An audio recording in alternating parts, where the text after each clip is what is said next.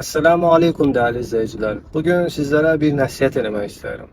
Bəzi özünü İslam'a nispət edən insanlara baxdığımız zaman görürük ki, onlar sanki özlərini haşa o məsələn cənnətlə müjdelenen səhabələr var idi.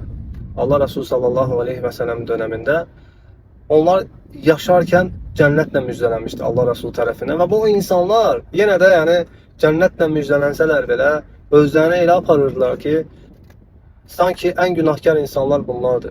İbadətlərini daim edirdilər, sədəqələrini edirdilər, cihada qatılırdılar, əllərindən gələni edirdilər. Allah Resulünün özü, sallallahu aleyhi və səlləmin özü vəzifəsinin tamamlanması barədə məlumat gəldiyində Allah Resulü ibadətlərini daha da artırır. Daha da çox ibadət etməyə başlayır. Sanki o peyğəmbər deyil, adi, günahkar bir insandır. Ama günümüzdə bəzi özünü İslam'a nispət edən insanlara baxdığımız zaman bunlar elə zənn edirlər ki, haşa, yəni eyni bu insanlar kimi müjdelənmiş insanlardır. Özlərini elə aparırlar. Baxsan məsələn, kibirlənərək gəzirlər, kibirlənərək rəftar edirlər. Hər kəs zaten kendini hidayət yolunda zənn edir. Lakin belədir ki, yəni baxdığımız zaman Allah Resulü sallallahu aleyhi ve sellem belə hədisdə deyir ki, 73 dənə firqə, ümmətim 73 dənə firqəyə ayrılacaq. Onlardan yalnız biri cənnətə daxil olacaq. Qalanı ise ateştedir. Ve bu günümüzde de gördüğümüz kimi bu haldadır yani. Birçok firqə, birçok cemaat, birçok grup var. Ve hamısı zənn edir ki, hamısı hak yoldadır. Kiminlə görə mən aşırıyam və yaxud da mənim küfrüm var və mənə görə kiminsə aşırılığı var və yaxud da kiminsə küfrü var və yaxud da kiminsə nəsə bidəti var. Ama yani bu o demək deyil ki, yani biz özümüzü hak yolda bilip, özümüzü hakta bilip diğer insanlara aşağı seviyedeymiş kimi bakacağıq. Xeyr, bu belə olmamalı. Bu belə yanlışdır.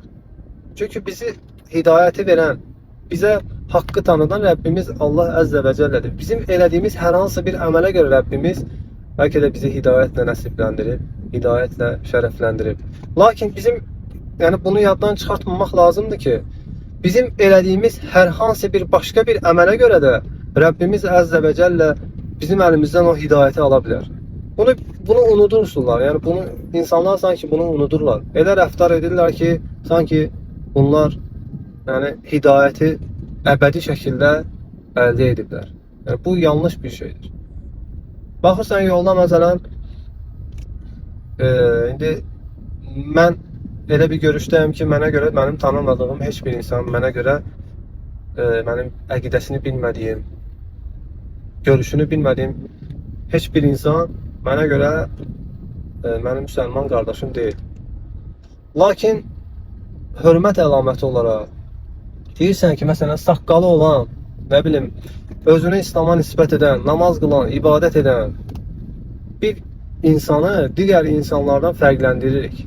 Necə? Məsələn, hörmət edirsən. Biz yolda məsələn biri sənə pis-pis baxır, sənin saqqalına pis-pis baxır.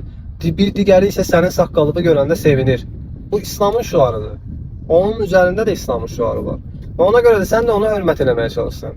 Bəlkə onunla nə vaxtsa aranızdakı hər hansı bir məsələ varsa bitəcək və ya qardaş olacaqsınız. Və yaxud da onunla nə vaxtsa yəni birləşib İslam'a dəvət edəcəksiniz. İslam yolunda nələrsə edəcəksiniz. Bilinmir, Allahu aləm. Lakin yəni ən azından bu belə deyim də, yəni bu insana görə məsələn İslam'a zidd olan, İslam'a zidd bir şəkildə rəftar edən, giyinən bir insan, əlində belə pis çıxmasın, içki, əlində hər hansı bir küfür rəmzi olan bir insana baxdıqda bu insan daha belə necə deyim, daha gözə xoş gəlir.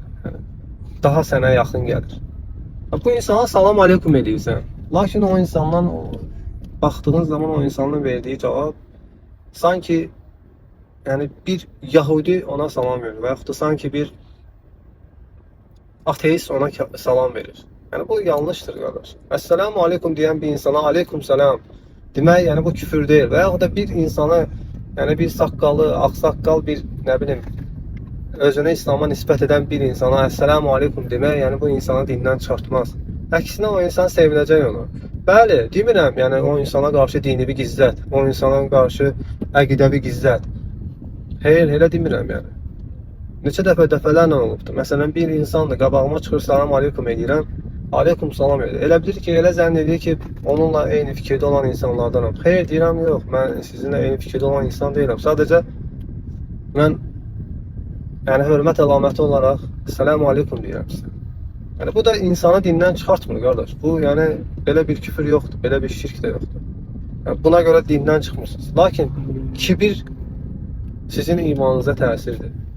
Hidayətə görə kibirləməyin. Hidayəti verən sizə Rəbbinizdir. Və bir gün onu ala da bilər. Aldığı zaman isə o bəyənmədiyiniz insanların yerində siz də onlar kimi olacaqsınız. Öz gözünüzdə o insanların yerində olacaqsınız. Bəs onda nə fikirləşəcəksiniz? Ona görə də qardaş, hər hansı bir şeyə görə kibirlənmək məncə gərəksizdir. Allah hamımızı islah eləsin. Subhanəkə Allahumma və bihamdik, əşhədu en la ilahe illa ente, estağfiruke və etûbü ileyk.